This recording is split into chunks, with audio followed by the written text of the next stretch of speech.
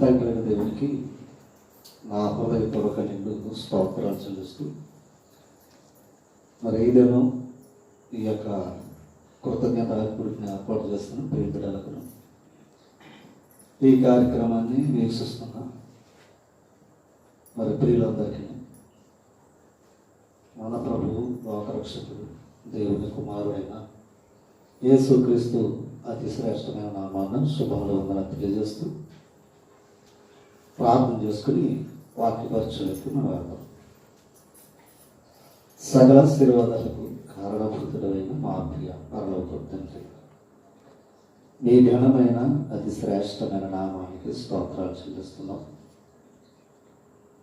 మా పట్ల మీరు అనుగ్రహించిన ఈ దినము ఈ సమయంను బట్టి మరొకసారి మీ పాద సన్నిధిలో మమ్మల్ని అందరినీ సమకూర్చారు.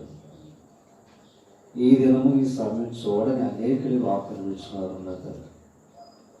మీ కృప వల్ల మీ దయ వల్ల నా తండ్రి మమ్మల్ని కాపాడుతున్నారు తండ్రి.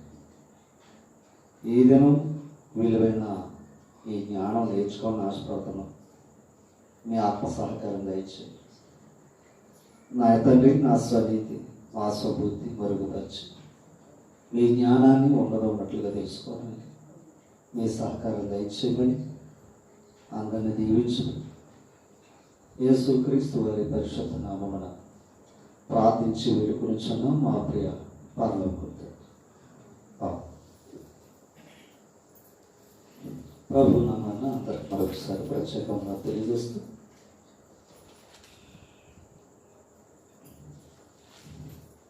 దేవుని యొక్క సంగతులను మరొకసారి నేర్చుకోవడానికి దేవుడు ఇచ్చిన అవకాశం చాలా గొప్పది. మరి సమయం మనం వృధా చేయకుండా మీ చేతిలో ఉన్న గ్రంథాన్ని అలాగే మీ యొక్క మనసులను దేవుని మీద పెట్టి కొన్ని విషయాలు నేర్చుకోవాలని ప్రయత్నం పెట్టాం. ప్రస్తుత పరిస్థితులు చూస్తే చాలా భయంకరమైన రోజుల్లో మనం ఉన్నాం. ఈ రోజులు బట్టి చూస్తే కొందరు దేవుడు ఉంటే ఎలాంటి పరిస్థితులు ఎందుకు వస్తాయి అనేవారు ఉన్నారు. కొందరు ఎలాంటి పరిస్థితులు వచ్చినప్పుడు దేవుడు నమ్మిన భక్తులు కూడా భక్తిని విడిచే పరిస్థితులు కూడా మనకు కనపడుతూ ఉన్నాయి. మరికొందరైతే మరెక్కువగా దేవుని యందు నీతితో భయభక్తులతో కలిగే వారు కూడా ఉన్నారు. ఇలాంటి సమాజంలో మనం దేవుని యొక్క వాక్యాన్ని చేతపట్టుకుని ఉన్నాం. అయితే ఈరోజు మనం నేర్చుకుంటున్న సంగతులు అందరూ దీన్ని గ్రహిస్తారని లేదా వీటిని అనుసరిస్తారనే ఉద్దేశం అయితే కాదు. కానీ ఆ దేవునికి భయపడి దేవుని పట్ల నమ్మకం యథార్థత కలిగిన వారికి మాత్రమే ఈ సంగతులు గ్రహిస్తారని నేను తెలియపరుస్తున్నాను. ఒకసారి దైవ గ్రంథము కీర్తన గ్రంథం 39వ అధ్యాయంలో ఈ మాటలు చదివి ముందుకు మనం సాగుతాం. 39వ అధ్యాయంలో 3వ వచనాన్ని మనం చదువుతాం.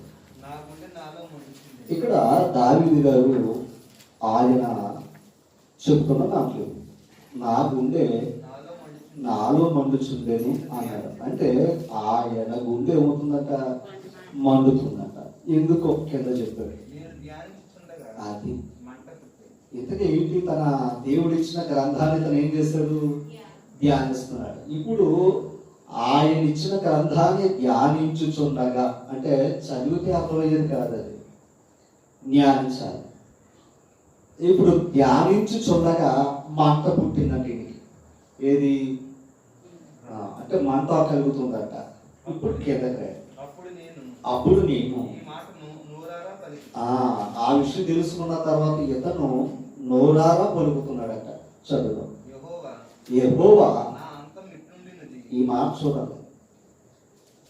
అసలు ఈ నరుడు జీవితం ప్రారంభం నుంచి ఇంకా ప్రారంభ దినాలు కావాలని కోరుకున్నాడు తప్ప అంతం గురించి ఎవరు కూడా ఆలోచన చేయటం లేదు. అంటే ఖచ్చితంగా మానవ జాతికి ఏముంది? అంత ఉంది. ఈ సృష్టికే అంత ఉంది. జీవరాశులకి, పక్షులకు, సమస్తానికి కూడా ఉంది. ఏదైతే ప్రారంభం ఉందో దానికి అంతం ఉంది. ఏదైతే పుట్టుకుందో అది ఎప్పటికైనా మరణించక తప్పదు. ఇప్పుడు ఇక్కడ ఆయన మాట్లాడుతూ యెహోవా నా అంతము ఎట్లుండినది అంటాడు. అంటే ఇప్పుడు ఆయన దేని ధ్యానించుకుంటున్నాడు? అది. కానీ చాలా మంది ఏంటయ్యా అంటే నన్ను ఇలా దీవించు, నన్ను అలా దీవించు, లేదా నేను ఇంకా గొప్పగా ఉండాలని కోరుకునేవారు చాలా మంది. ఆశీర్వాద సంబంధమైన మాటలు అయితేనే ఎక్కువగా చదువుతారు.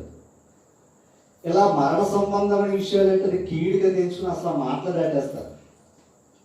అసలు ఒక భక్తుడికి దేవునితో ప్రారంభమైన జీవితం ఏదైనా ఉంటే మరణం తర్వాతే. ఈ లోకానికి పుట్టుకతో ప్రారంభమైంది ఈ జీవితం. నువ్వు దేవుని దగ్గరికి వెళ్ళాలి అంటే మరణం తర్వాతే దేవుని దగ్గర నువ్వు చేరాలి. ఈ లోకం గొప్పదా, దేవుడు ఉండే లోకం గొప్పదా అంటే మళ్ళా దేవుడు ఉండే లోకమే అంటాం. ఇప్పుడు ఆ లోకానికి వెళ్ళాలి అంటే ఖచ్చితంగా మనకి ఏముండాలి? అంతం ఉండాలి. ఇప్పుడు ఆ అంతం గురించి మాట్లాడుతూ చదవండి ఈ మాటలు. నా దినముల ప్రమాణము, అసలు నా దినముల ప్రమాణం ఎంతైంది నాకు చెప్పు అంటాడు. ఎవరినే? దేవుడు. ఓకేనా? తర్వాత నా ఆయువు నా ఆయువు ఎంత అల్పమైనదో నేను తెలుసుకోవాలనుకుంటున్నాడట. చూడండి, నా దినముల పరిమాణము నీవు బెత్తిడంతగా చేసి ఉన్నావు. ఒక్కసారి ఆయన దినాలు ఎలా చేయించాడంట? ఆయన బెత్తుడు గమనించాలి. బెత్తిడంతగా చేసి ఉన్నావు. ఈ మాట చూడాలి. నీ సన్నిధిని నా ఆయుష్కాలము లేనట్టే ఉన్నట్ట. ఒక్కొక్కసారి ఆయన సన్నిధిని ఏం లేదంట? ఆయుషే లేదంట. ఆయన సన్నిధిని ఆయుషే లేదంట. కానీ ఆయన జీవితున్న దినాలని ఎలా ఉన్నాయి అంటాడైనా? ఆయన జీవిస్తున్న దినాలని ఎలా ఉన్నాయి? అల్పంగా ఉంది. బెత్తుడుగా నాకు ఇచ్చావు, ఆ ఆయుష్ లేని జీవితాలు ఇవన్నీ చెప్తున్నాడు. కానీ దేవుడి సన్నిధిలో ఆయన ఆయుషే లేదు. తర్వాత ఎంత స్థిరుడైనా ప్రతివాడును కేవలము వడ్డీ ఊపిరై ఉన్నాడట. అంటే ఎలాంటి గొప్పవాడైనా, ఎలాంటి ధనవంతుడైనా, ఎలాంటి వారైనా అవందరూ ఏమై ఉన్నారట? వడ్డీ ఊపిరి. వడ్డీ ఊపిరి. ఇప్పుడు ఆ ఊపిరి అందరికీ చనిపోతున్నారు. ఎలాంటి వారైనా ఆ ఊపిరి అందరికీ చనిపోతున్నారు. గమనించాలి. అంటే మనుషులు ఎవరు? ఊపిరి. దానికి ముందు మాట వాడాడు వడ్డీ. దాని అర్థం ఏంటో గట్టి ఊపిరి కాదు. పొరపాటున ఊపిరి కొంచెం తక్కువైతేనే ప్రాణం వదిలేస్తున్నాం. అంటే నరుడు ఏమనుకుంటాడంటే నేను గొప్పవాడిని, నేను చాలా బలవంతుని అనుకుంటాడు. కానీ అసలు మనలో ఉన్నది అల్పమైన ఊపిరి పెట్టిరావని ఆ నరుడు ఆలోచిస్తాడు. ఒక మహారాజు ఆలోచిస్తాడు ఈ మాట. ఈ మాటలు చదివినప్పుడు ఆయన కంగారు వచ్చిందంట. మనుషులు ఇది అంటే మనుషులు దేంతో పోల్చాడు? నీడ వంటి వారు అంటాడు. ఈ మాట వారు తొందరపడుట ఇది అంటే వారి జీవితం అంతా దేనికోసం? గాలి లాంటి బ్రతుకంట. ఒకసారి వారి జీవితం అంతా ఏంటంట? గాలికే బ్రతుకుతున్నారట. ఇప్పుడు నేను అడుగుతున్నాను, గాలి ఏ పక్క వేస్తుందో ఆ పక్క ఏమైపోతుందో వెళ్ళిపోతుంటారు. ఇప్పుడు మనం కొన్ని విషయాలు ఇక్కడ మనం చదువుకున్నాం. ఒక ప్రశ్న నేను వేసేది ఏంటంటే, ఇక్కడ అల్పము మళ్ళా నీడ వంటిది అస్థిరం అంటున్నాడు కదా. అసలు దేవుడు నరుణ్ణి అంత అల్పంగా చేశాడా? కాదు. అసలు ఆది కాలంలో వచ్చి మనుషులు చూస్తే 969 సంవత్సరాలు బతికిన వాళ్ళు ఉన్నారు. 600 సంవత్సరాలు బతికిన వాళ్ళు, 100 సంవత్సరాలు, 200, అలాగా ఇంచుమించు 500-600 సంవత్సరాలు బతికిన వాళ్ళు ఉన్నారు. నోవహు కంటే ముందు.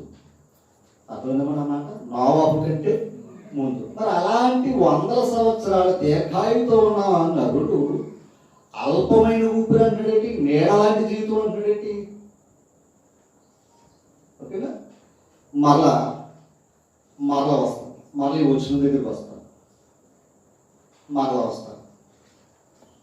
ఆది కాండం దగ్గరికి వెళ్ళి ఒకసారి 6వ అధ్యాయం.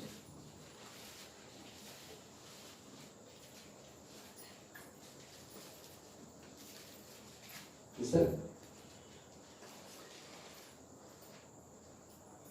సరే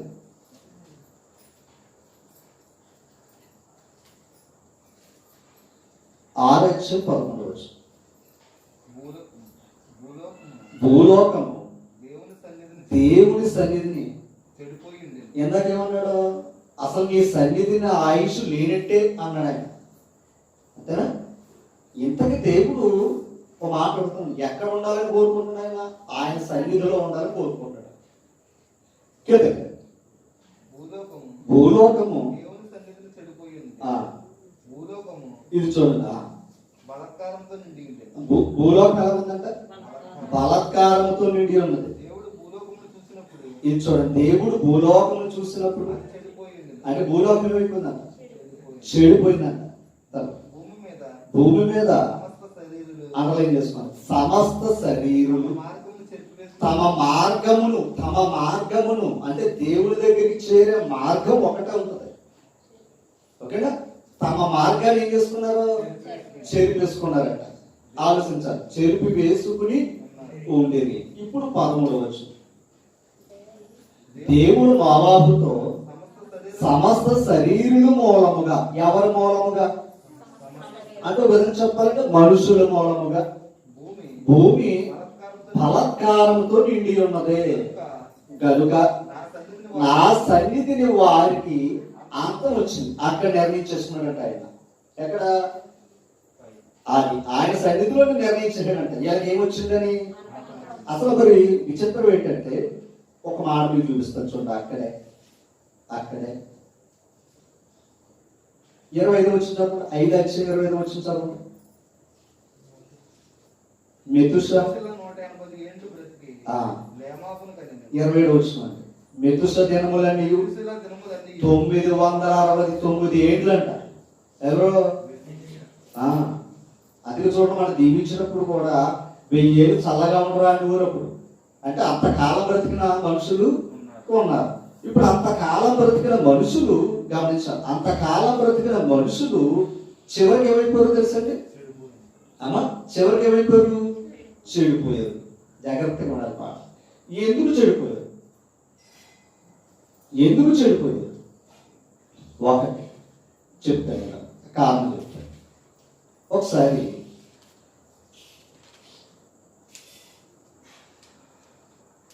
ఇందాక కీర్తన గ్రంథం మనం చదువుకున్నామే. ఇందాక మనం తీసుకుని చూసారు కీర్తన గ్రంథం. ఆ కింద వచ్చి చదవండి. అక్కడ మనుషులు ఎలాంటి వారంట? నీడ లాంటి వారంట. ఒట్టి నీడ వంటి వారంట.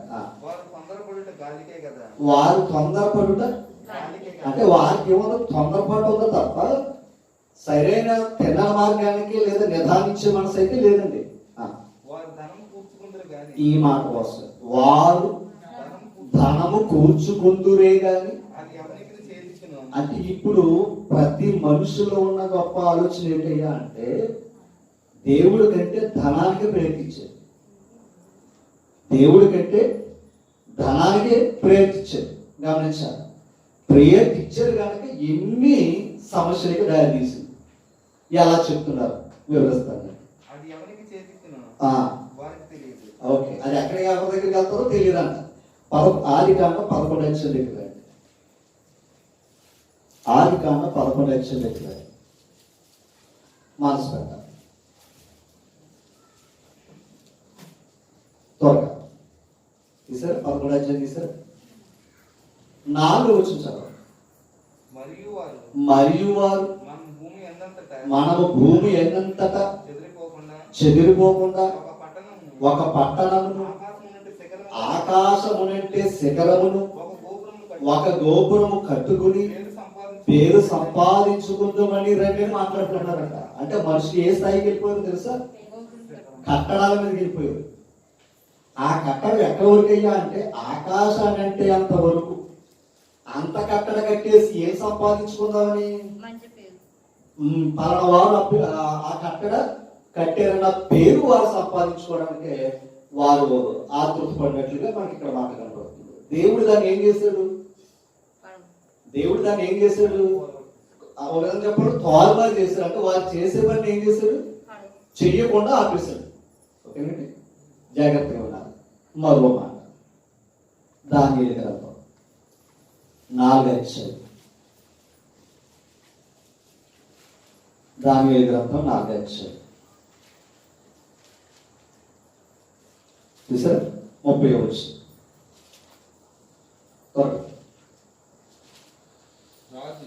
ఈ మాట రాజు బబులోను ఈ మాట రాజు గారు అనుకుంటున్నారట. ఈ బబులోను చూసి ఈ మహా విశాల పట్టణమును ఏమనుకుంటాడట? నా బలాధికారం అన్నాడట. పట్టణాన్ని చూసి ఎవరో రాజు,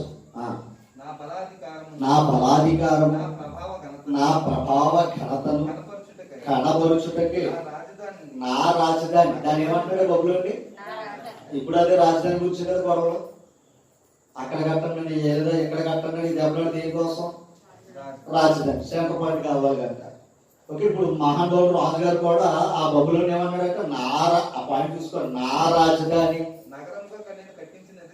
ఆ నగరమునందు నేను కట్టించినది కాక. తనలో తాను ఏమనుకుంటాడో? నేనే కట్టాను, నాది నాది అని మొదలెట్టాడంట. నీకు అర్థమైందన్నమాట. ఒక రాజు ఏమనుకుంటాడో? నేను కట్టించాను, ఇది నాది నాది అని మొదలెట్టాడంట. అంటే ఇప్పుడు అలా అనుకున్నప్పుడు ఈయనకి ఆ పట్టణం మీద పేరు వస్తుందనే కదా మాట. చెప్పండి, పట్టణం మీద ఈయనకి ఆ పేరు ఉంటుందనే కదా మాట అన్నాడు. జాగ్రత్తగా ఎందాక పట్టణం బాబేలు గోపురం కట్టారు కదా, వాళ్ళ కూడా ఏంటి మైండ్? అది పేరు సంపాదించుకుందామని. మరి ఇక్కడ కూడా ఆయన ఉద్దేశం ఏంటి? నా పేరు ఉండాలా, ఎందుకంటే నా పట్టణం అని అనుకున్నారట. ఓకేనా? రైట్. హోషేయ గ్రంథం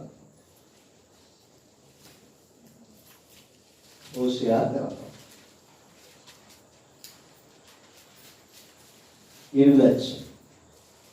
హోషేయ గ్రంథం 8వ అధ్యాయం 14వ వచనం. 8:14. హోషేయ గ్రంథం 8వ అధ్యాయం 14వ వచనం. ఇశ్రాయేలు వారు తమకే నగరాలను కట్టించుకుని, అంటే ఇశ్రాయేలు వారు ఏం కట్టించుకుంటున్నారు? నగరాలు. జాగ్రత్తగా ఉన్నారు. నగరాలు కట్టించుకుంటున్నారు, పట్టణాలు కట్టించుకుంటున్నారు. కట్టించుకుని తమ సృష్టికర్తను మరిచి ఉన్నారు. అంటే గమనించాలి, వారు పట్టణాలు కట్టించుకున్నారు కానీ వీళ్ళ కట్టిన వాటిని మాత్రం మర్చిపోయారు. అర్థమైందన్నమాట. ఇప్పుడు 13వ వచనం దగ్గరికి అక్కేతకరే యోధావారు ప్రాకారము గల పట్టణములు చాలా కట్టేశారని పట్టణం అవును బాబు. ఎందుకంటే దేవుడు చేశారు కట్టేశారన్న పట్టణాలు. అయితే నేను వారి పట్టణములను అగ్ని చేత తగలబెట్టాను. ఇప్పుడు చెప్పండి, అంటే దేవుడు ఏం చేయబోతున్నాడు ఆ పట్టణాన్ని? ఇప్పుడు 13వ వచనం దగ్గర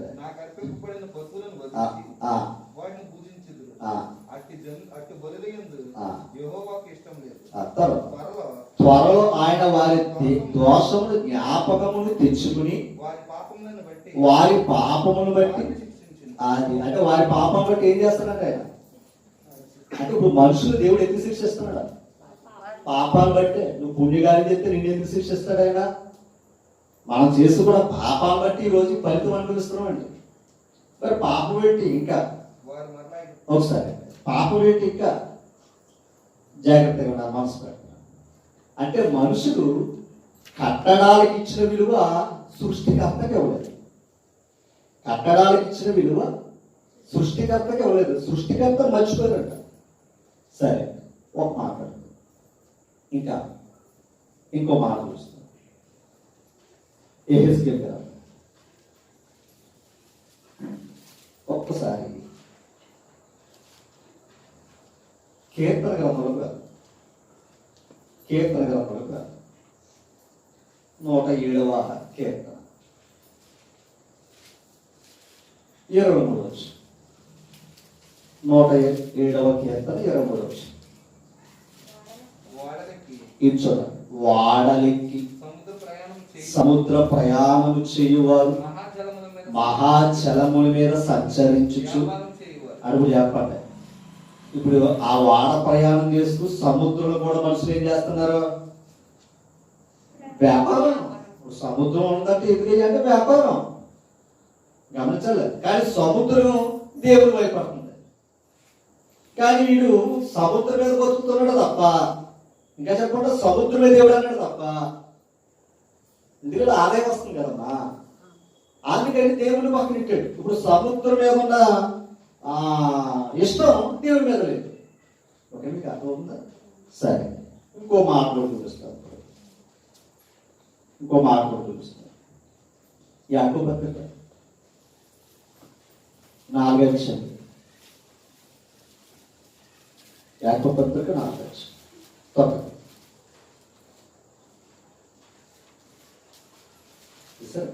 4వ అధ్యాయం 14 వచ్చి చదువు, 13 వచ్చి చదువు. 13 వచ్చి ఇది చూడండి, నేడైన రేపైనను. నేను అర్థం పట్టణానికి ఎదిగి వెళ్ళాలి. పట్టణాల్లో ఉంటేనే వ్యాపారం ఉంటుంది, గ్రామాల వ్యాపారం ఏముంటుంది చెప్పండి? పట్టణాల్లో ఉన్నదానికి విలువ ఎక్కువ, మారుమూల ప్రాంతంలో దానికి విలువ ఉండదండి, గమనించాలి. అట్లాగే ఇద్దరు ఏమనుకుంటాడంటే నేడైనను రేపైనను ఒకానొక పట్టణములకు వెళ్ళి అక్కడ ఒక సంవత్సరం ఉండి, అంటే ఆ సంవత్సరం అంతా ఏం చేయాలని? వ్యాపారం చేసి లాభం సంపాదించబడండి అని చెప్పుకునేవారు. అంటే ఎక్కడికి వేసాడు?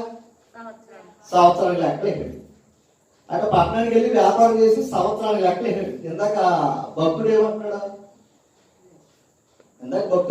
ప్రారంభంలో అసలు నా దినాలు నాకు లెక్క ఎక్కడానికి లేకపోయాను రెడ్డి, నా జీవితం నా అంతం ఏంటో చెప్పవయ్యా అంటున్నాడు. మరి ఈయన అంతం ఎలా ఉందని చెప్తున్నాడు దేవుడు. ఇతను నరుడు యొక్క అంతం ఎలా ఉంది? నేడ, మనం నిన్నటి వారు, అవునా, అల్పులు, ఇంకా చెప్పండి, ఇంకా చాలా విషయాలు చెప్పాడండి. ఇప్పుడు అలా అంటే దైవ గ్రంథం దగ్గరకు వచ్చాక అలా చెప్తున్నాడు ఆయన. కానీ లోకం చూస్తే మాత్రం సంవత్సరాలు లెక్కలు గడేస్తుందా? అంటే దేని బట్టి? ఏంటి దేని బట్టి? వ్యాపారం, ధనం, ఇలా లెక్కలు కట్టారు. అప్పుడు ఏమన్నా తెలుసా? రేపేమి సంభవించిన నీకు మీ క్షేమమే బాటిది. ఆ కిందకి రండి. ఇది మన జీవితాలకి ఇక్కడ కూడా చెప్పాడు. మీరు కొంతసేపు కనబడి ఒకసారి, అంటే మన జీవితాలు ఏంటంటే ఆవిరి. నేరా అనుకున్నది కూర్చేపోయిన ఉంటుంది ఆవిరైతే.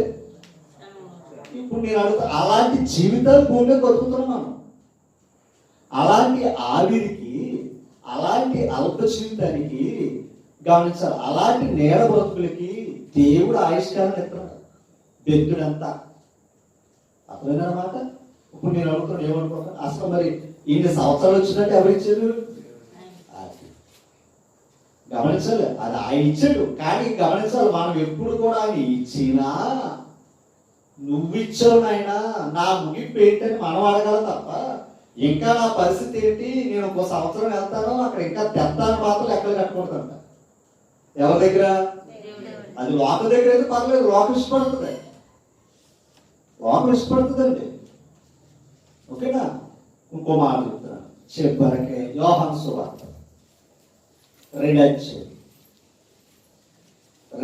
యోహాను సువార్త 2వ అధ్యాయం చూసారా? 16 వచనం త్వరగా చూడండి. యేసు ప్రభు యేసుని దేవాలయానికి వెళ్ళాడంట. అప్పుడు జరిగిన మార్చంట, పావురములు అమ్మువారితో వీటిని ఎక్కడి నుండి తీసుకుని పోండి. అంటే దేవాలయంలో కూడా ఏం జరుగుతుంది? అది అర్థమైందండి. కిందకి, నా తండ్రి ఇల్లు వ్యాపారపు ఇల్లుగా చేయటం అని ఆయన చెప్పాడు. అంటే దేవుని ఇల్లు, దేవుని మందిరం కూడా ఏమైపోయింది అంటే జాగ్రత్తగా సముద్రం మీద వ్యాపారం చేస్తున్నారు, ఓకే, పట్టణాల దగ్గరికి వెళ్ళి వ్యాపారం చేస్తున్నారు. కానీ చివరికి చెప్పిన మళ్ళీ ఇంకో మాట్లాడతాను, చివరికి దేహాలు అమ్ముకుని కూడా వ్యాపారం చేస్తున్నారు. దేవుడిచ్చిన దేహాన్ని కూడా అంటే కొందరు తల్లులు ఏం చేస్తున్నారు, అది వ్యాపారమే అర్థం చేస్తారు. కనుక ప్రతి దాంట్లో ఏంటయ్యా అంటే వ్యాపారం ధనపిచ్చి అంతే. ఓకే, మీకు అర్థమైంది. కనుక దేవుడి మందిరం కూడా ఏమైపోయింది. అందుకే ఎప్పుడు కూడా దేవుడి దగ్గరకు వచ్చినప్పుడు కూడా లెక్కలే. దేవుడి దగ్గరకు వచ్చినప్పుడు కూడా మనకి ఏంటో తెలుసా, లెక్కలే. ఎందుకంటే అక్కడ కూడా వ్యాపారం కనుక. ఓకేనా, సరే. ఇంకొన్ని విషయాలు నేను మీ ముందు పెట్టాలని కోరుతాను. ఇంకొన్ని విషయాలు యెహెజ్కేలు గ్రంథం 27వ అధ్యాయం. యెహెజ్కేలు గ్రంథం 27వ అధ్యాయం.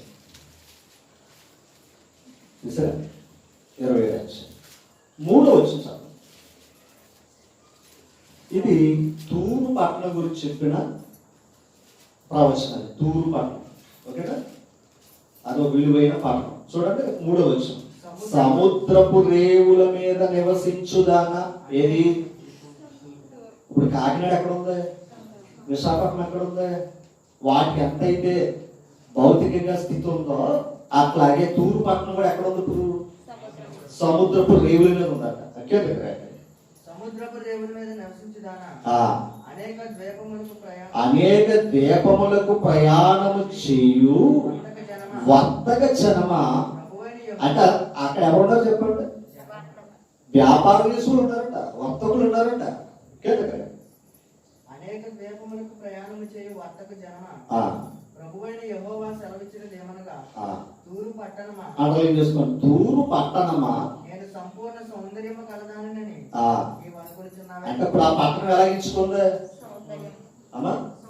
ఇప్పుడు హైదరాబాద్ లో ఉన్న వాళ్ళు ఎవరైనా పట్టుకుంటామా, ఎందుకు పట్టుకోను, అదనమాట. అది హైదరాబాద్ అంటే కాదని నిలబడడం వాసన చెప్తున్నా. అంటే ఆ పట్టణం తగ్గడం ఏంటంటే అక్కడ చిన్న ఒక సెంటు ఉంటుంది సార్. ఎక్కడ ఒక సెంటు ఉందనుకోండి, కష్టం కూలిందంట. పొరపాటున ఒక అధికారి కానీ ఈయన తెలుసు అనుకోండి, ఈడేస్తానంట నన్ను కూడా.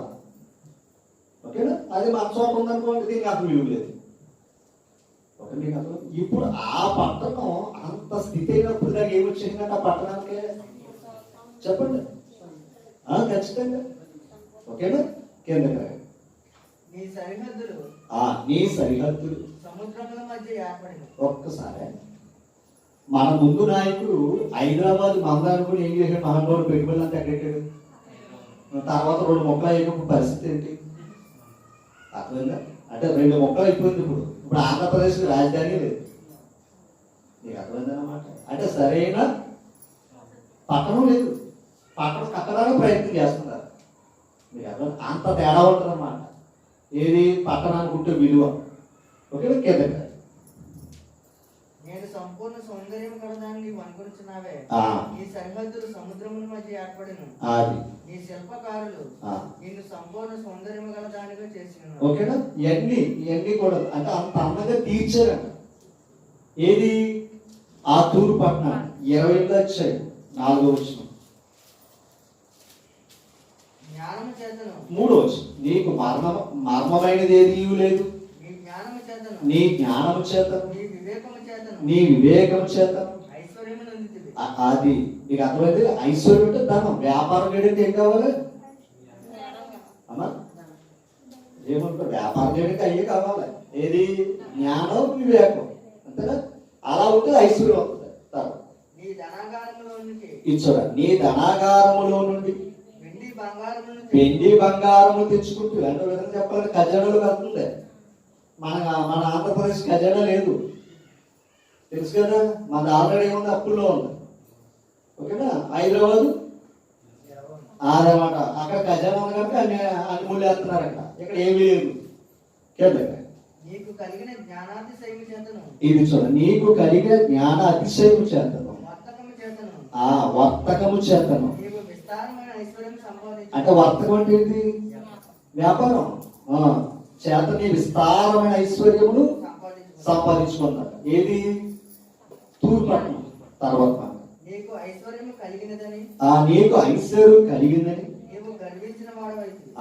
ఐశ్వర్యం ఏమో చెప్పింది, అది నాకు చెప్పింది. ఎక్కడైతే ఈ ధనం ఉందని ఖచ్చితంగా గర్వం. అర్థమైందమ్మా? ఎక్కడైతే ఇది ఉందో ఖచ్చితంగా ఆటోమేటిక్ ఏమొస్తుందా? ఖచ్చితంగా మరి మామూలుగా కాళ్ళ ఎగరేస్తూ ఉంటే. ఇప్పుడు సంపాదించొద్దు అంటే కదండి, సంపాదించిన దాని మీద మనసు ఉంటుంది. ఓకేనా తల్లి? రైట్. ఇప్పుడు తూరు పట్టణం ఏమైంది? వ్యాపారంతో ఉందా లేదా? గర్వం దగ్గరికి వెళ్ళిపోయిందా లేదా? ప్రకటన గ్రంథం, ప్రకటన గ్రంథం 18వ అధ్యాయం, ప్రకటన గ్రంథం 18వ అధ్యాయం చూసారా? ఈ 18వ అధ్యాయము బబులోను పట్టణం గురించి మాట్లాడుతుంది. ఈ ప్రకటన గ్రంథం 18వ అధ్యాయము బబులోను పట్టణం. బబులోను పట్టణం ఇది ఇందాక మనం నెబుకద్నెజరు గురించి మాట్లాడుకున్నాం కదా, ఆ పట్టణం అన్నమాట. కదా ఇప్పుడు 11వ వచనం దగ్గర లోకములు వర్తకులను ఏది బబులోను పట్టణమును చూచి ఏడ్చుచు తమ సరుకులను అనగా బంగారు వెండి రత్నములను ముత్యములు సన్నపు నారబట్టలు ఓదా రంగు బట్టలు పట్టు బట్టలు రక్తవర్ణపు బట్టలు మొదలైన సరుకులను ప్రతి విధమైన దబ్బ మ్రానులను ప్రతి విధమైన దంతపు వస్తువులను మిక్కిలి విలువ గల కర్ర ఎత్తడి ఇనుము చలువరాలు మొదలైన వాటితో చెయ్యబడిన ఓకేనా. ఇంకా అనేక రకమైన ఉన్నాయి కదా, అంటే అక్కడ ఉన్న వ్యాపార వస్తువులు అని పెట్టారు ఇక్కడ. ఎక్కడ ఉన్నాయి అన్నీ కూడా? బబులోను పట్టణం. ఇందాక తూరు పట్టణంలో చెప్పడం చూసారా, అలాగే బబులోను పట్టణం కూడా ఏమైపోయింది? గర్వంలోకి వెళ్ళిపోయింది. ఇప్పుడు దేవుడు దాన్ని తీసేస్తున్నాడు. ఒక్కసారి చూపిస్తాను చూడండి. 15 వచ్చు.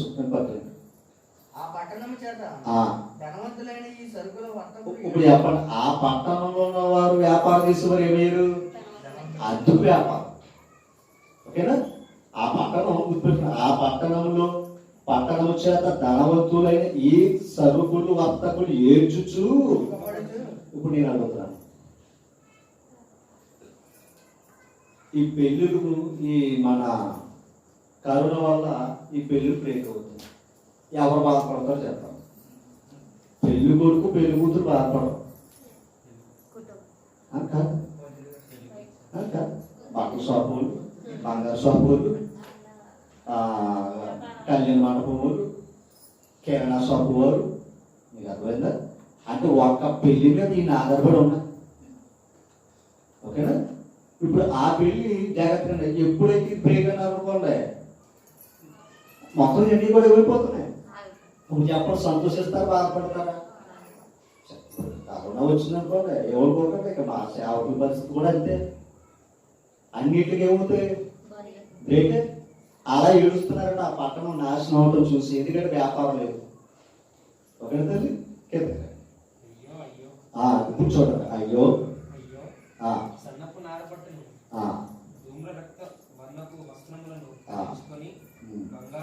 బంగారముతోనూ రత్నములతోనూ ముత్యములతోనూ అలంకరింపబడిన మహాపట్టణమా. ఎందాక తూరు పట్టణం గురించి మాట్లాడాడు, ఇప్పుడు బబులోను పట్టణం గురించి. అంత గొప్ప పట్టణాలండి. ఎంత ఐశ్వర్యం! ఒక్క గడియలోనే అంత ఒక్క గడియలోనే దేవుడు ఏం చేశాడంట? నేను ఎందుకు ఈ విషయాలు చెప్తున్నానంటే, బాబేలు గోపురం కట్టారు తప్ప దేవుడు చేశారు అక్కడ, అంతేనా? తర్వాత కాలంలో గమనించాలి, నెబుకద్నెజరు కూడా ఏమనుకున్నాడు? నా పట్టణం, నా ఫలం, నా అధికారం, నాది అని అన్నాడు. తీసేయడం లేదు దేవుడు, అవునా? ఇలాగా ఇందాక కూడా మనం చూసి ఇశ్రాయేలు వారితో తమకు నగరాలు కట్టించుకుని సృష్టికర్తను మర్చిపోయారు. అంటే దేవుడు వదిలేస్తారు. దేని మీద మనసు పెట్టారు? అమ్మా చెప్పండి, దేని మీద మనసు పెట్టారు? జాగ్రత్త కట్టడాలుగా మనసు పెట్టారు. జాగ్రత్తగా ఉండాలి. ఎందుకు ఈ విషయం మాట్లాడాలంటే, చాలా ప్రాముఖ్యమైన విషయం మీ ముందు పెట్టాలి. ఇప్పుడు ఈ ప్రపంచం సర్వనాశనం అవడానికి కారణం ఏంటంటే వ్యాపారవేత్తలే. డైరెక్ట్గా చెప్పాలంటే కార్పొరేట్ వ్యక్తులే. అందులో ఎటువంటి సందేహం లేదు. ఎవరు వచ్చినా నేను సమాధానం చెప్పగలను. ప్రతీది వ్యాపారం. ప్రతి దాంట్లో వ్యాపారం చూడటం వల్ల ఈరోజు ఈ దారిద్ర్యం అనేది మనకు అందరికి కూడా అంటుకోండి. మీరు ఎలా చెప్పగలుగుతున్నారు అని ఆధారాలతో సహా మీకు చూపిస్తారు. ఆధారాలతో సహా చూపిస్తారు. జాగ్రత్తగా.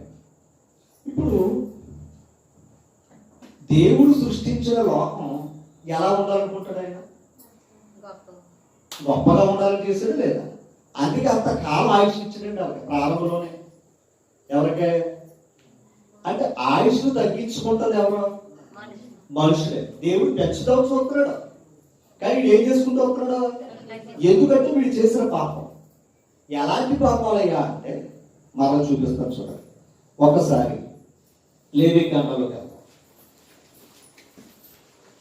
లేవికాండంలో 11వ అధ్యాయం. లేవికాండం 11వ అధ్యాయం. సరే, మనసు పెట్టాలి. 11వ అధ్యాయం. ఇక్కడ 11వ అధ్యాయం మీరు చదివితే ఏమి తినొచ్చో ఏమి తినకూడదో చెప్పాడు దేవుడు. అర్థమైంది మీకు? ఏమి తినొచ్చో. ఇప్పుడు మన బిడ్డలకి ఏం చెప్తాం? ఇది తినరా బాబు, ఇది తినొద్దు అంటాం. కానీ తినొద్దు అన్నది ఇది తింటాడు. తినవద్దు మాత్రం తినడం.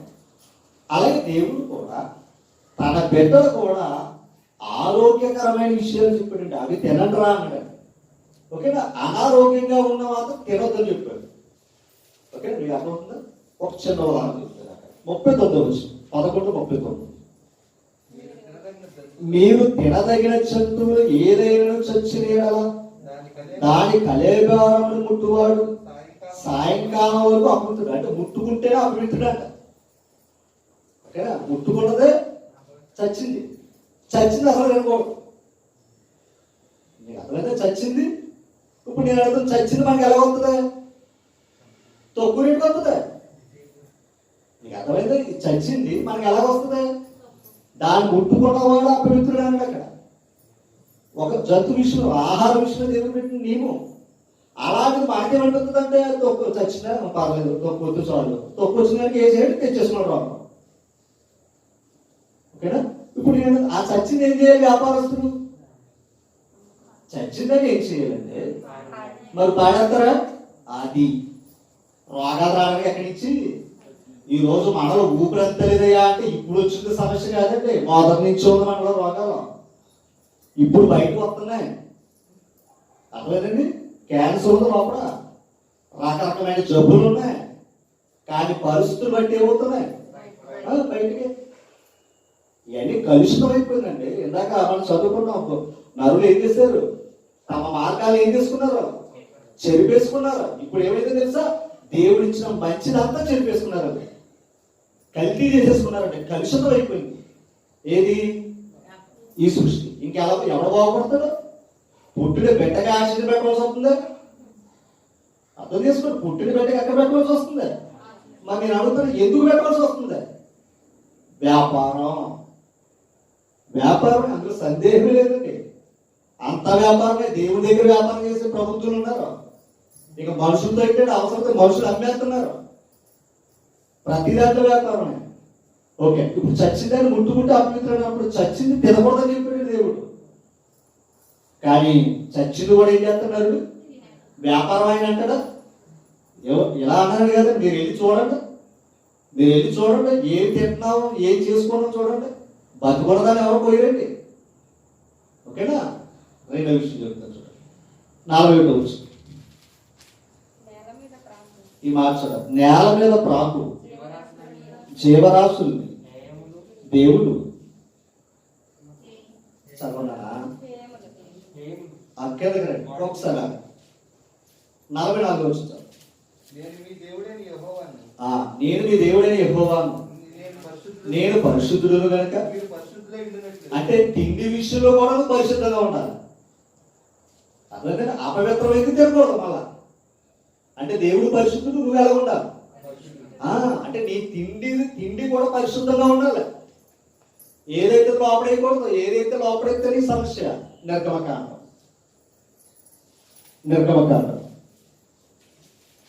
22 అధ్యాయం.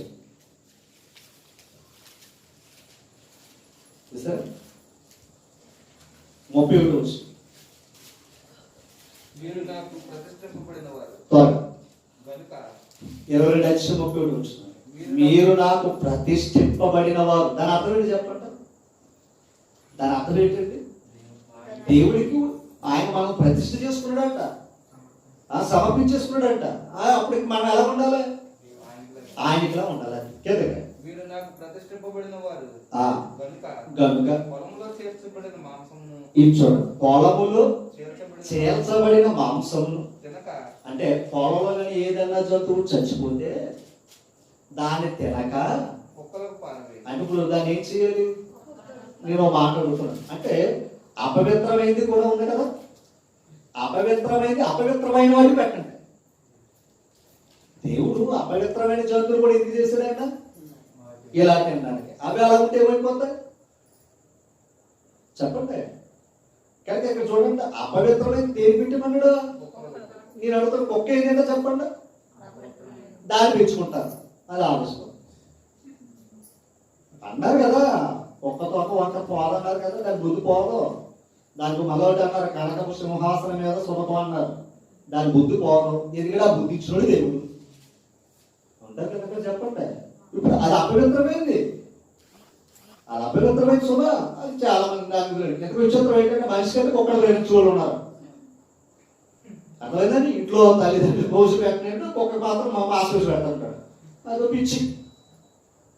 పిచ్చి మనం దాన్ని ఏమనలేము ఇంకా. సరే, ఇంకొకసారి లేవి అన్నారు 19 వచ్చి 19 వచ్చి త్వరగా 19 వచ్చి మీరు నా కట్టడలను ఆచరింపవలను, నీ జంతువులను ఇతర జాతి జంతువులను అసలు వేరు జంతువులు దాంట్లో పెట్టకూడదు. నేను అడుగుతున్నాను, ఇప్పుడు హైబ్రిడ్ అంతా ఎక్కడి నుంచి వచ్చింది? క్రాస్. అవునా? దేవుడు సృష్టిని చేస్తే నరుడు ఏం చేశాడు? దానికి ప్రతి సృష్టి చేయడానికి ఈ సమస్య వచ్చి పడ్డాడు. హైబ్రిడ్ అప్పుడు హైబ్రిడ్ ఆరోగ్యం అనుకుంటున్నారా? రోగం అండి. బాయిలర్ ఏంటి చెప్పండి? అంతే కదమ్మా. ఆయన కుదురుతామా? చెప్పండి, కుదురుతామది. దేవుడు ఇచ్చింది ఏది? నాటుకోడి. అది తిన్నప్పుడు బలంగా ఉన్నారు. నీకు అర్థమైందా? ఇప్పుడు నేను అడుగుతా, అది బలహీనమన్నా తెలిసినా, అది అనారోగ్యం అని తెలిసినా వ్యాపారం ఏది ఎక్కువ జరుగుతుంది? ఇంకేం చెప్తారు, కరోనా కూడా దాని వ్యాపారం ఉందండి బాబు. అంతే కదా, బాగా పబ్లిసిటీ ఉంది. మాంసం తినండి, గుడ్లు తినండి. అలవాటు పడిపోయింది. ఇది అలవాటు పడిపోయింది. ఒక విధంగా చెప్పాలంటే దీన్ని మార్చడం చాలా కష్టం అండి, మార్చడం చాలా కష్టం. సరే, ఓకేనా? ఇప్పుడు కింద నీ పొలములో అంటే చెప్పండి, వేరు జాతుల విత్తనాలు. మరి నేను అడుగుతున్నాను, ఇవన్నీ అక్కడి నుంచి వచ్చినాయి? ఏ జాతికి ఆ జాతే. అర్థమైందంటే దేవుడు ఏ జాతికి ఆ జాతిని సృష్టించినప్పుడు ఆ జాతి ధర్మం ద్వారా వస్తాయి. మన నరుడు ఏం చేశాడు? వ్యాపారం ఇచ్చాడు. ఎంత కదన్నానండి అమ్మా, వ్యాపారం అనే దానికి ఇదే. ఏం చేశాడంటే దాని మీద మనసుతో దేవుని యొక్క సృష్టిని ప్రతి సృష్టిగా చేసుకుని బతికేస్తున్నాడు. ఓకేనా? కింద చూసుకోండి, బొచ్చును మీకు అర్థం చెప్పాలంటే పాలిస్టర్ కాటన్ కలిసి వేయకూడదు. అది రోగం. ఎలా ఉండాలి? చూడగానే ఎలా ఉండాలి? మనం మెరిసిపోతాం, లోపల ఒరిసిపోతూ ఉంటుంది. ఓకేనా? ద్వితీయోపదేశకాండం 22 అధ్యాయం. ద్వితీయోపదేశకాండం 22 అధ్యాయం.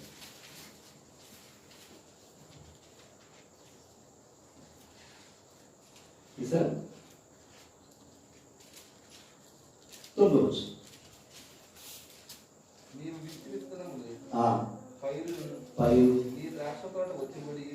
నీవు విత్తు విత్తనములు పైరును నీ ద్రాక్ష తోట వచ్చుబడి ప్రతిష్ఠితములు ప్రతిష్ఠితములు కాకుండానట్లు నీ ద్రాక్ష తోటలో వివిధమైన వాటిని విత్తకూడదు. నీకు అర్థం చేసుకోనిక ఇంకో రకం విత్తనాలు విత్తకూడదంట. విత్తితే ఏమవుతుంది? ప్రతిష్టమైంది కాదు. ఇప్పుడు నేను అడుగుతున్నా, మనం తినే ఆహారం దగ్గర నుంచి ఆమె వేసుకునే బట్టల దగ్గర నుంచి, కట్టుకుని ఇల్లు దగ్గర నుంచి అన్నీ ఏంటంటే అన్నీ ఏంటి చెప్పండి? మరి కలుషితమే కదా. ఆలోచించాలి, కలుషితమా కదా. నేను ఒక మాట్లాడతానండి, నేను ఎలా కవర్ ఎలా తీసుకుంటాను నాకు తెలియదు కానీ ఒక మాట్లాడతాను. ఈ నగరానికి ఏమైంది అంటారు కదా. ఓవైపు అంటే కాలుష్యం, ఓవైపు పొగ. అది ఎక్కడి నుంచి వచ్చిందండి? అది ఎవరు తెలుసుకోవాలి? సినిమా చూసి కూడా ఎలా చూస్తాము అంటాడు తప్ప, అయ్యో అతిథి చేయడం వల్ల మళ్ళీ మా అమ్మగారు 2 గాజులు అప్పేసారు అంటాడు తప్ప. అంతే కదా. అది ఎక్కడి వరకు వచ్చింది? అది తెర మీద వరకు వచ్చింది తప్ప బుర్రలోకి రాలేదు. ఇంటికి బుర్రలోకి ఎలా వస్తుందయ్యా అంటే హీరో వస్తాడు బుర్రలోకి. అంతేనా? జగన్ నేను మాట్లాడుతాను. టెక్నాలజీ మంచిది అంటారా, పూర్వకాలం రోజులు మంచిది అంటారా? ఆలోచించి చెప్పండి. టెక్నాలజీ వచ్చింది కనుక ఎంత దరిద్రం వచ్చింది. ఒకప్పుడు అంటే తండ్రుల కాలం దగ్గరికి వెళ్తాం, అది కొంచెం మేము సగం చూసాం కనుక తండ్రుల కాలం దగ్గరికి వెళ్తే మరలా ఏమనుకోవచ్చుమా, చక్కగా 10 మంది పిల్లలు ఉన్నా చక్కగా ఓటేసేవారు. అవును కదా. బలంగా ఉండేవారు. ఎక్కడో ఉండేది గవర్నమెంట్ హాస్పిటల్. ఇంత ఆర్ఎంపీ డాక్టర్లు కూడా ఉండేవారు కాదు. ఎప్పటికైనా ఏదైనా జ్వరం వస్తే కషాయం తప్ప 2 లేదా. కానీ ఎంతకాలం బతికేదంటారు? అంతే, ఒక 80-90 సంవత్సరాలు బతికేది కదా. నేను అడుగుతున్నాను, ఎంత సుఖంగా బతుకుతుండే ఇక్కడ. ఎవరో నలుగురు పుట్టగానే పెట్టాడు. ఏమనుకోక నీడు తుమ్ము వచ్చినా దగ్గు వచ్చినా హాస్పిటల్ పెట్టులో పెట్టకపోతే బయట బతకలేదు. అందుకు ఎండలో గంట ఉన్నాడంటే ఇంక అయిపోయాడు. ఎవరో దీన్ని బట్టి అర్థం చేసుకొని ఎలా బతుకుతాడు? టెక్నాలజీ అని ఎక్కడికి వెళ్ళిపోయాడు? టెక్నాలజీ అనుకుని ఆరోగ్యాన్ని తెలుసుకున్నాడండి, దేవుడు ధర్మాన్ని తెలుసుకున్నాడు. ఈ ఏ విధంగా అదే చెప్పానండి. టెక్నాలజీ ఎక్కడి నుంచి వచ్చిందంటే వ్యాపారం నుంచే. టెక్నాలజీ ఎక్కడి నుంచి వచ్చిందంటే వ్యాపారమే. ఈరోజు ఫోన్లు కట్టి ఏంటి అనుకుంటారా? రిలయన్స్ అంబానీ ఎవరు అనుకుంటారా? దేని బట్టి? వ్యాపారవేత్తలు. మన బలహీనతలు కావాలి. ఒకప్పుడు అందంగా ఏదైనా ఆ పరిధి ఏదైనా ఉంటే వెళ్ళి చెప్పిన వారు ఆ పూట అక్కడ వారు వచ్చేవారు. ఎంత దరిద్ర దగ్గరికి వచ్చినట్టు ఇప్పుడు వాట్సాప్ లేనప్పుడు కనీసం ఫోన్ చేసి పుట్టినరోజు శుభాకాంక్షలు అని చెప్పుకోడండి. ఏది? ఈ ఆండ్రాయిడ్ ఫోన్ లేనప్పుడు కనీసం ఆ పుట్టినరోజు శుభాకాంక్షలు, పెళ్లిరోజు శుభాకాంక్షలు కనీసం ఫోన్ అని చెప్పుకోడు. ఓహో సరే అనుకునేవాడు. ఈ ఆండ్రాయిడ్ వచ్చాక అంతే, ఇతనిట్టాడు కదా అని అతనిట్టాడు కదా ఒక్క ఫోన్ చెప్తాడు. ఏది? విషయం చెప్తాడు నోటితో. అంటే ఎక్కడికి వెళ్ళిపోయింది కనుక నేను ఎంతమంది వాళ్ళు చెప్పారా? ఎంతమంది ప్రేమ ఎక్కడ ఉంది? ఒక్కడో నోటితో చెప్పలేదు ఇంకా. అంటే కడక ఎలాగైపోయింది తెలుసండి? మనసు కడక ఎలాగైపోయింది తెలుసండి? ఒక విధంగా చెప్పాలంటే రోబోలు అంటారు. కడక మనమే రోబోలు అయిపోయాం. ఆ తత్వం అంతా పోయిందండి టెక్నాలజీ పెరిగే కొద్ది.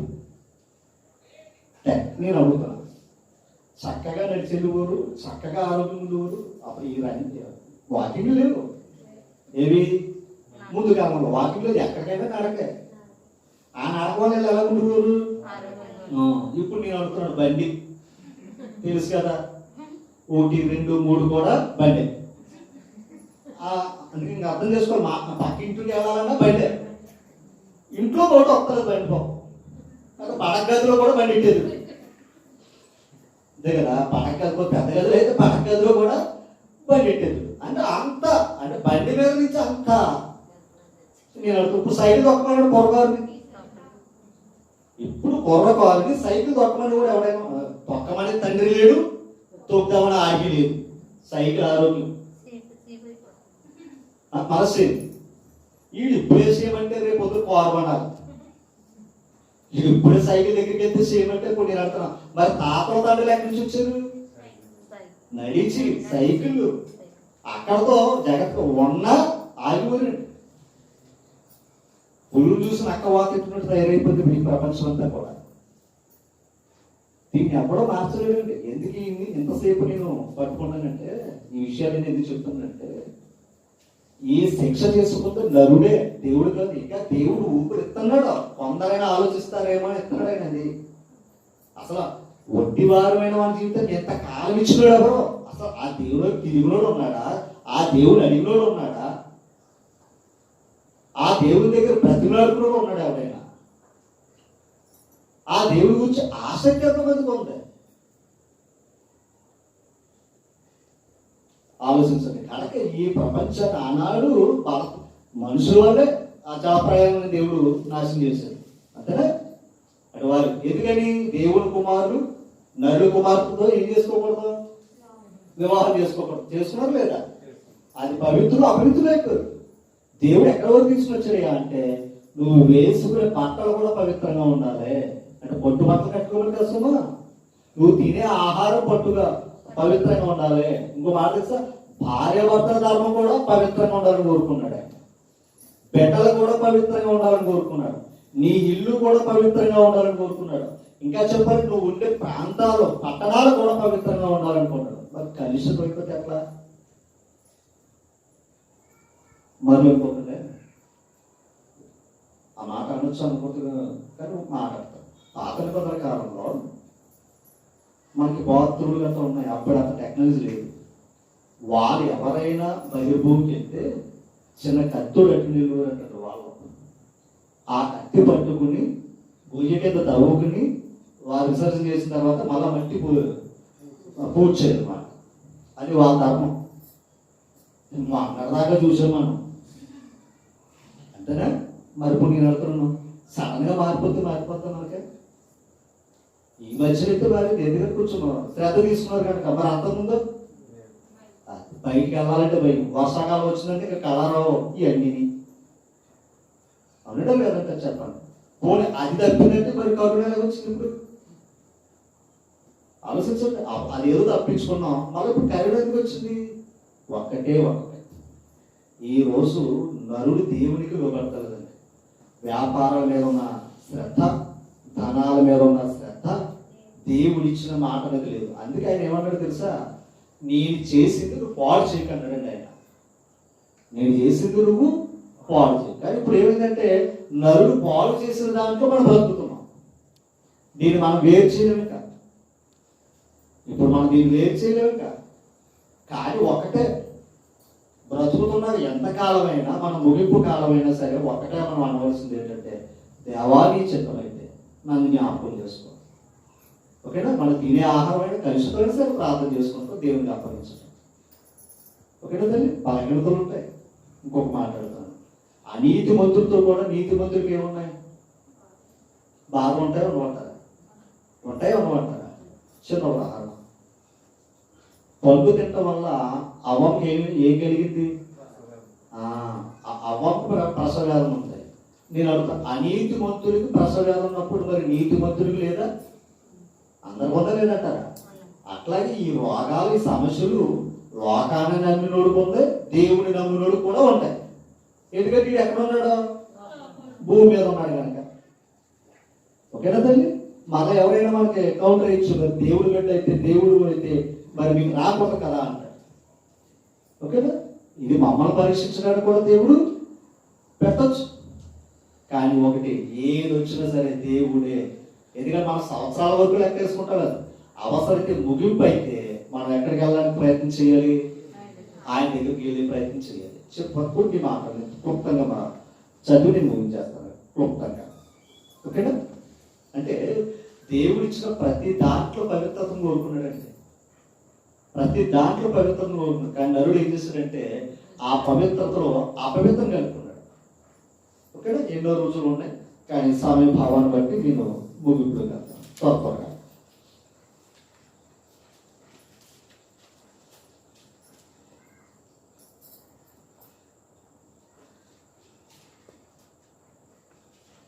యెషయా గ్రంథం 5 యెషయా గ్రంథం 5 23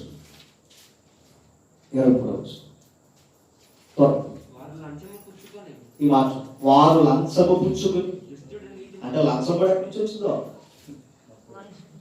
అది కూడా లోపల భాగం. అర్థమైందండి. అవసరమైతే దేవుడు కూడా ఏమొచ్చు, లంచాలు అవ్వచ్చు. ఎందుకంటే దేవుడు కూడా వ్యాపారస్తుడే కదా. అలాగే చేస్తే లోకం జాగ్రత్తగా దేవుడిని కూడా కలుషితం చేస్తారండి. ఆయనేమో ఈ నరుడు సృష్టిస్తే ఈడేమో ఆయన చేస్తాడు. కలుషితమా కాదంటారా? అది కదా ఈ మాట. వారు లంచము పుచ్చుకుని దుష్టుడు నీతిమంతుడని. అంతే కదా, లోపం ఉన్నది అదే కదా. ఇప్పుడు లంచం ఇస్తే చాలు, ఎలా కూడా బయటకు వచ్చేస్తాడు. లంచం ఇవ్వడానికి మీరు సిద్ధంగా ఉంటే చాలు. కానీ పైన ఉన్నవాడు మాత్రం అలా ఎంచడం ఖచ్చితంగా దుష్టుడికి శిక్ష తప్పదు. నీతిమంతుల నీతిని ఆ దుర్నీతిగా కనబడి చేస్తారంట. లంచం గుర్తుపెట్టుకోండి. కిందకి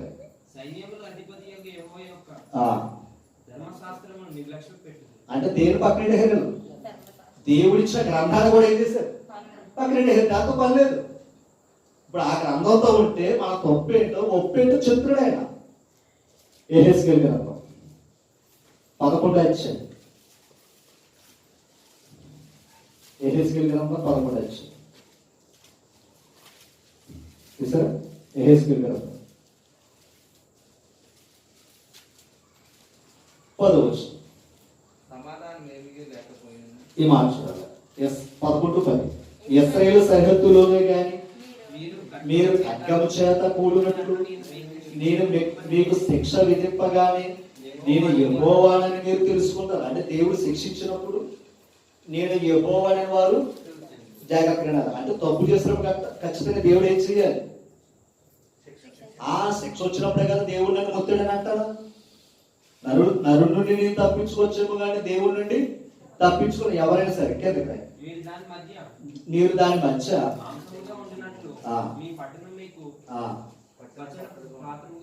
తర్వాత 12వ వచనం.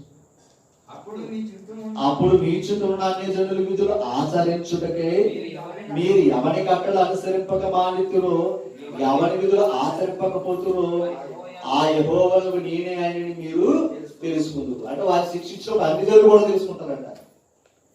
అమ్మో మీరు దేవుడు ఖచ్చితంగా వీళ్ళు ఏం చేశాడు మీకు అర్థం చేసుకోవాలి. కానీ దేవుడు ఖచ్చితంగా ఆయన మాట వినకపోతే ఏముంది?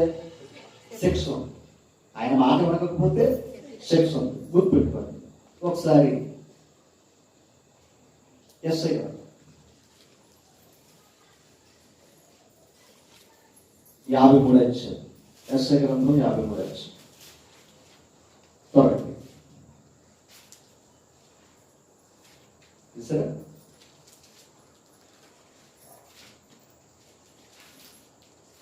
5వ వచనం త్వరగా చదువు. మన అతిక్రమములను బట్టి అతడు గాయపరచబడింది, మన దోషములను బట్టి నలుగుగొట్టబడింది, మన సమాధానార్థమైన శిక్ష అతని మీద పడింది. ఏంటంట? మన సమాధానార్థమైన శిక్ష. అంటే దేవునితో మనకు సమాధానం కలగాలి. ఆ సమాధానాన్ని మనం ఏం చేసుకున్నాం? దూరం చేసుకున్నాం. దేవునికి దూరం అయ్యాం. ఇప్పుడు ఆ శిక్ష ఎవరి మీద పడ్డదంట? యేసు ప్రభువు మీద పడ్డది. అలా మన మీద పడాలి శిక్ష. మన మీద పడాలి శిక్ష. తప్పు చేసింది మనం. ఇప్పుడు ఆ శిక్ష పడకుండా దేవుడు ఏం చేశాడో తెలుసా? రోమపత్రిక 8వ అధ్యాయం మొదటి వచనం. త్వరగా రోమిల రాసిన పత్రిక 8వ అధ్యాయం. ఇది చూడండి. కాబట్టి ఇప్పుడు క్రీస్తు యేసు నందున్నవారు అంటే ఇప్పుడు క్రీస్తు యేసు నందున్న వారికి ఏమి లేదు? శిక్షావిధి లేదు. ఒకసారి క్రీస్తు నందు లేని వారికి ఏముంటుంది? ఒకటి నడుగుతారా? శిక్ష. క్రీస్తు నందు లేని వారికి శిక్ష ఉంది. క్రీస్తు నందు ఉన్న వారికి శిక్షావిధి లేదు. దాన్ని తప్పించుకున్నాడంట. రైట్. రెండవ మాట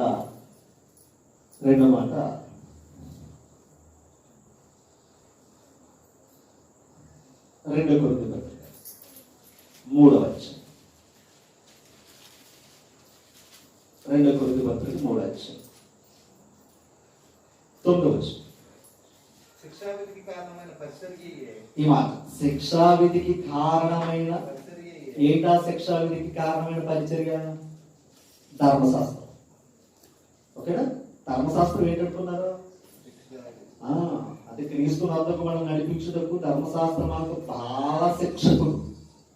ఓకేనా? ధర్మశాస్త్రం ఏం చేస్తుంది? శిక్ష. శిక్షావిధికి కారణమైన శిక్షావిధికి కారణమైన పరిచర్య పరిచర్య మహిమ కలిగినదైతే మహిమ కలిగినదైతే నీతికి కారణమైన పరిచర్య ఎంతో అధికమైన మహిమ కలదు. ఇదే పరిచర్య, నీతికి కారణమైన పరిచర్య. ఓకేనా? నీతికి అంటే యేసు ప్రభు ఏంటో చెప్పండి. నీతి అంటే మనల్ని ఏం చేయడానికి వచ్చాడు ఆయన? అది అంటే ఆ శిక్ష ఆయన మీద వేసుకుని మనం నీతి మంతులు తీర్చడానికి ఆయన వచ్చాడు. అది క్రీస్తున్న వారికి ఏం లేదు, ఏ శిక్ష దేవుడు విధించే శిక్ష లేదు. ఓకేనమ్మా? దేవుడు విధించే శిక్ష లేదు. మరి అలాంటప్పుడు లోకంలో ఉన్నప్పుడు ఈ రోగాలు రాకూడదు కదా. ఇక్కడ శరీరంతో ఉన్న విషయాల గురించి మాట్లాడలేదు కన్నా ఆత్మకు కలిగే శిక్షల గురించి మాట్లాడదు. ఓకేనా? ఆత్మ అగ్నిలో నుండి తప్పించుకోవడానికి గురించి మాట్లాడు. ఇక్కడ ఉన్నంతకాలం మాట్లాడుతూ యేసుప్రభు చచ్చిపోయాడు, ఆయన దేవుడు కుమారుడు. యేసుప్రభు కూడా ఏమయ్యాడు? చనిపోయాడు. దాని అర్థం ఏంటి? ఈ దేహంతో ఉన్నవాడికి మరణం ఉంది, బాధ ఉంది, కష్టం ఉంది, నష్టం ఉంది. ఓకేనండి? చివరిగా ఒక మాట జపనీ గ్రంథంలో ఒక మాట 775 పేజీ. మళ్ళా చాలా కాలం మళ్ళా ఫుడ్లో మనం వాక్యం నేర్చుకోవాలంటే చాలా కష్టం. కొద్దిసేపు మనసు పెట్టాలి. 12 వచ్చింది 1:12. ఆ కాలమున నేను దీపములు పట్టుకుని యెరూషలేమును పరిశోధిస్తాడంట. చూడండి, దీపములు పట్టుకుని మట్టి మీద నిలిచిన ద్రాక్షారసం వంటి వారే. ఇది అర్థమైంది, ఈ పాయింట్ అవసరం. యెహోవా మేలైనను కీడైనను చేయువాడు కాలని మనసులో అనుకున్న వారిని శిక్షిస్తాడు. అంటే ప్రజలు ఏమనుకుంటారు తెలుసా? ప్రజలు మేలు చేయడు కీడు చేయడు అనుకుంటారు. ప్రజలు ఏమన్నారంటే ఎంత చేస్తాం, దేవుడు ఏం చేస్తాడు మనల్ని అనుకునే మనుషులు కూడా ఉన్నారంట. కానీ దేవుడు ఏం చేస్తాడు అంటాడు అక్కడ? శిక్షిస్తాడు. కీర్తన గ్రంథం 10 రాసుకోండి.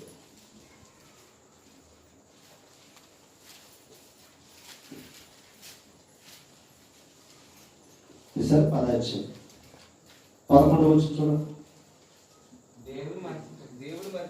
ఇది చూడండి, దేవుడు మరిచిపోయిన ఆయన విముఖుడే ఎప్పుడును చూడకుండా అని వారు తమ హృదయం అంటాడు. అంటే దేవుడు నీ చేసిన తప్పు లేదా పాపం దేవుడికి ఏం చేశాడంట?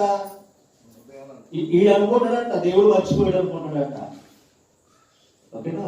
దేవుడు మర్చిపోయేవాడు కాదు, అంతా తెలుసు. కానీ ఏ సమయం దాన్ని బయటెట్టాలో అప్పుడు పెడతాడు. అందుకే సమయము కనిపెట్టి కొడతాడంట. సమయము కనిపెట్టి కొడతాడంట దేవుడు. ఓకేనా? మరో మాట చూద్దాం. 23 అధ్యాయం.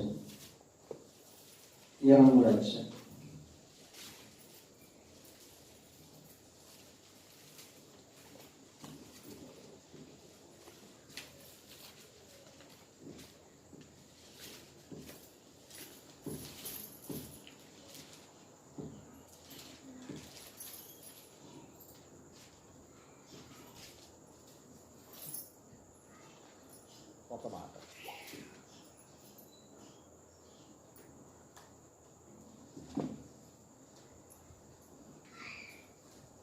డెబ్బై 73 అధ్యాయం 11 దేవుడు ఎట్లు తెలుసుకున్నాడు, మహోన్నతునికి తెలివి ఉందా అని వారు అనుకుంటారంట. ఎవరో భక్తిహీన్ అంటే దేవుడు పూర్వం లేదా నేను ఎంత చేశాను లోకం అదేనండి. అర్థమైందా? అందుకే లాంఛం పుచ్చుకుని ఏం చేస్తున్నారు? నీతి మంది దుర్నీతిగా చూపిస్తున్నాడు, దుర్నీతి పరుల్ని నీతి మందులు చేస్తున్నాడు. ఎందుకంటే దేవుడైన భయం లేదు. లోకం కరోనా అనే భయం ఉంది, కానీ శరీరానికి వచ్చిన తర్వాత ఏ రోగానికైనా భయపడుతున్నాడు. కానీ దేవుడికి మాత్రం నరుడు భయపడుతున్నాడు. కనుక మరి కొన్ని విషయాలు మనం నేర్చుకున్న సంగతి ప్రకారంగా చివరి మాట నేను చెప్పేసి నేను ఈ 3 మాటలు ముగిస్తాను. కొరింథీ పత్రిక ఇంకొక వచనం మీకు చూపించి నేను ముగిస్తాను. 11 అధ్యాయం. మొదటి కొరింథీ పత్రిక 11 అధ్యాయం 32వ వచనం చదువుతాను. మనము తీర్పు పొందిన యెడల లోకముతో పాటు మనకు శిక్షా విధి కలుగునట్లు ప్రభు చేత శిక్షింపబడి ప్రభు శిక్షించడం మంచిదండి. ప్రభు శిక్షించడం ఎందుకయ్యా అంటే మనం సరిదిద్దుతున్నాడు అనమాట. ఓకేనా మీకు? కానీ లోకానికి కూడా ఏముంది? శిక్ష ఉంది. ఆ శిక్ష ఆయన చూసుకుంటాడు. ఓకేనా? ఇక్కడ శిక్ష ఏంటయ్యా అంటే మన జీవితంలో ఏం చేస్తున్నాడు? ఆయన సరి చేస్తూ శిక్షిస్తున్నాడు వాక్యం బట్టి. కాబట్టి సహోదరులారా, భోజనం చేయుటకు మీరు కూడి వచ్చినప్పుడు ఇవి చూడండి, భోజనం చేయడం కూడి వచ్చినప్పుడు ఒకరి కొరకు ఒకరు కనిపెట్టుకుని ఒకరి కొరకు ఏం చేయాలంటే మనం కనిపెట్టుకోవాలి. మీరు కూడి మీరు కూడి వచ్చుట వచ్చుట శిక్షా విధికి కారణం కాకుండా అంటే దాని అర్థం ఏంటంటే పరిచర్య ధర్మం విషయానికి వస్తే ఎవరి ఇష్టానుసారంగా వాళ్ళు రావడానికి లేదు. అంతా ఒక క్రమాన్ని, ఒక మర్యాదని మనం కాపాడుకోవాలి. తర్వాత ఎవడైనా ఆకలి కొనిన ఎడల తన వెంటనే భోజనం చేయవలెను. అంటే ఒకవేళ భోజనం ఆకలిస్తుంది ఇంటికే చేసి రావాలి. మళ్ళీ అంటే అక్కడ రొట్లు తినే ఆహారమే కదా. భోజనం చేయకుండా వచ్చి ప్రభు రొట్లు ఏం చేస్తున్నాడు? తినేస్తున్నాడు. అంటే క్రమం ఏమవుతుంది? తప్పుతుంది. అందుకని అలా కాకుండా దాన్ని మీరు క్రమపరుచుకుని ఎవరైనా ఆకలిగా ఉంటే భోజనం చేస్తారండి. ఓకేనా? కానీ ప్రభు యొక్క శరీరం మాత్రం గమనించాలి, భౌతికమైన భోజనం మాత్రం కాదని చెప్పడం జరిగింది. చివరి మాట ప్రసంగి గ్రంథం. దేవుడు మానవ జాతికి ఇచ్చిన గొప్ప భరోసైన మాట అని చెప్పి నేను ముగిస్తున్నాను. ప్రసంగి గ్రంథం నేను తెచ్చాను. చూసారా? 8 15 వచ్చి అన్నపానములు పుచ్చుకొని చూసారా? అన్నపానములు అన్నపానములు పుచ్చుకుని సంతోషించుట కంటే మనుషులకు లాభకరమైనది ఒకటి లేదు. అంటే దాని లాభం ఏంటి చెప్పండి? నరుడికి లాభం ఏంటి? అన్నపానాలు అంట. ఎందుకంటే ఆయన సెలవు లేకుండా భోజనం చేసి సంతోషించుట ఎవరికి సాధ్యం అంటాడు. ఓకేనమ్మా? అంటే భోజనం కూడా తినాలంటే ఆయన ఇవ్వాలంట. అన్నమాట. అంటే ఇప్పుడు నరుడికి లాభం ఏంటంటే ఇక్కడ చెప్పాడు అన్నపానములు పుచ్చుకుని సంతోషించుట కంటే అది వ్యాపార లాభాలు వేరండి. ఓకేనా? ఇంట్లో లాభం గురించి చెప్పాడు. అంతకంటే లాభకరమైనది మరొకటి తర్వాత గనుక ఇప్పుడు ఆ సంతోషాన్ని ఇతను ఏం చేస్తున్నాడంట? పోగుడి తిని అంటాడు. సరే సరే, ఇక్కడ నేను మాట చెప్పి నేను ముగిస్తాను. సామీభావం బట్టి ఆది కాలం నుంచి దేవుడు నరులను సృష్టించిన తన పిల్లలను పవిత్రుడిగా పరిశుద్ధులుగా ఉండడానికి ఆయన్ని ప్రకృతిని చేసి, ప్రకృతి ముందు చేసి తర్వాత నరుని ఇక్కడ పెట్టడం అనేది మనం తెలిసిన విషయాలు. కానీ నరుడు ఏం చేస్తున్నాడంటే ప్రకృతిని ఈ సృష్టికి ప్రతి సృష్టి చేసుకున్నాడు. లాభం సంపాదించుకుందాం, పేరు సంపాదించుకుందాం, మనం కట్టే కట్టడాలు గొప్పగా ఉండాలని వారు సృష్టికర్తను మర్చిపోయి వారు చేస్తున్న సృష్టికి విలువ ఇవ్వడం అనేది మనం చూస్తూ ఉన్నాం. ఓకేనా? రైట్. తర్వాత దేవుడు ఆది కాలం నుంచి చెప్పుకుని వచ్చాడు, మీరు దేవునితో పవిత్రంగా ఉండాలి, తినే ఆహారం పరిశుద్ధంగా ఉండాలి, మీ కుటుంబాలు మీ జీవితాలు పరిశుద్ధంగా ఉండాలని చెబుతూనే ఉన్నాడు. అలా చెబుతూ ఉన్నా వీరు మళ్ళా అపవిత్రులు అయిపోతున్నా కూడా దేవుడు వీరికి మళ్ళా ప్రాయశ్చిత్తం చేస్తూ వచ్చేవాడు. దేవుడి దగ్గర ప్రాయశ్చిత్తం ఉన్నట్టు, అంటే తప్పు చేసిన సరిదిద్దుకు ఛాన్స్ కూడా ఇచ్చేవాడు. అలా ప్రాయశ్చిత్తం చేసిన చివరికి ప్రాయశ్చిత్తాన్ని కూడా వీరు అంటే దేవుడి దగ్గర ప్రాయశ్చిత్తం పడే మనసు కూడా లేదంటారు. ఓకేనా? అంటే మాట దేవుడి దగ్గర వస్తే కదా చేసిన తప్పేటి ఒప్పుకోవడానికి అవకాశం ఉంటుంది. దేవుడిని మర్చిపోయాడు ఏమనగలం? చివరికి ఎక్కడికి వెళ్ళిపోయారు? దేవుడు ఉన్నాడా, దేవుడు చూస్తున్నాడా, దేవుడికి అసలు జ్ఞానం ఉందా అన్న స్థితికి వెళ్ళిపోయారు అంటారు. ఓకే తల్లి, ఆయన కీడు తెలీదు మేలు తెలియదు. అంటే దేవుడు అంటే ఎక్కడి వరకు వెళ్ళిపోయాడంటే చేతగాని వాడు అనుకున్నారు. కనుక దేవుడు చేసిన సృష్టికి ప్రతి సృష్టి చేసుకోవటం వల్ల ఈ తెగులు, ఈ సమస్యలు, ఈ దారుణాలు.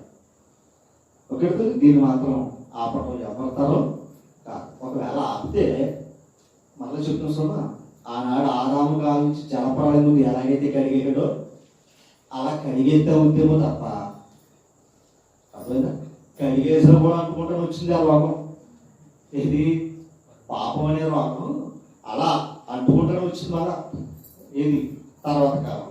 దీని అర్థం ఏంటంటే ప్రభు వచ్చేంత వరకు ఈ భూమి మీద ఈ సమస్య అనేది ఉంటుంది. కనుక మనం ఉన్నంత కాలం భక్తితో నీతితో ఎదుటి వారి పట్ల ప్రేమ కలిగి మరి అధికారుల కొరకు రాజుల కొరకు మనం ప్రార్థన చేస్తూ దేశాల క్షేమం కొరకు ప్రార్థన చేస్తూ ఎవరైనా బాధ్యులుగా ఉంటే మనకున్నంతలో మనం పరామర్శిస్తూ ఇహలోక మాల్యం మనం అంటకుండా చూసుకుంటూ సమాజంలో వీరు దేవుని పిల్లలని మన ద్వారా దేవునికి గౌరవ మర్యాదలు ఇచ్చే స్థితిగా మనం ఎదగాలని కోరుతూ మరి ఒకసారి మరి పరిస్థితులు బట్టి మరి మనం నేర్చుకున్న పరిస్థితులను మనం ఒకసారి జ్ఞాపకం చేసుకోండి.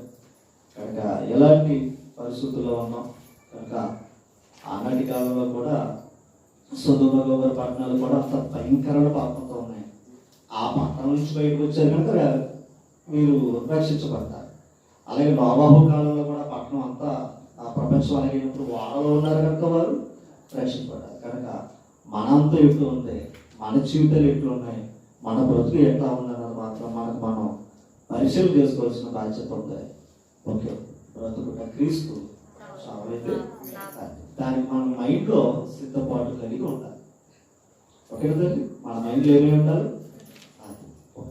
దేవుడిస్తే ఓకే, సంవత్సరం లెక్కలు కట్టుకున్నాడు, ఆ కింద అంటాడు దేవుడి చిత్తం అయితే ఇది అది చేతుము అని అన్నాడంట.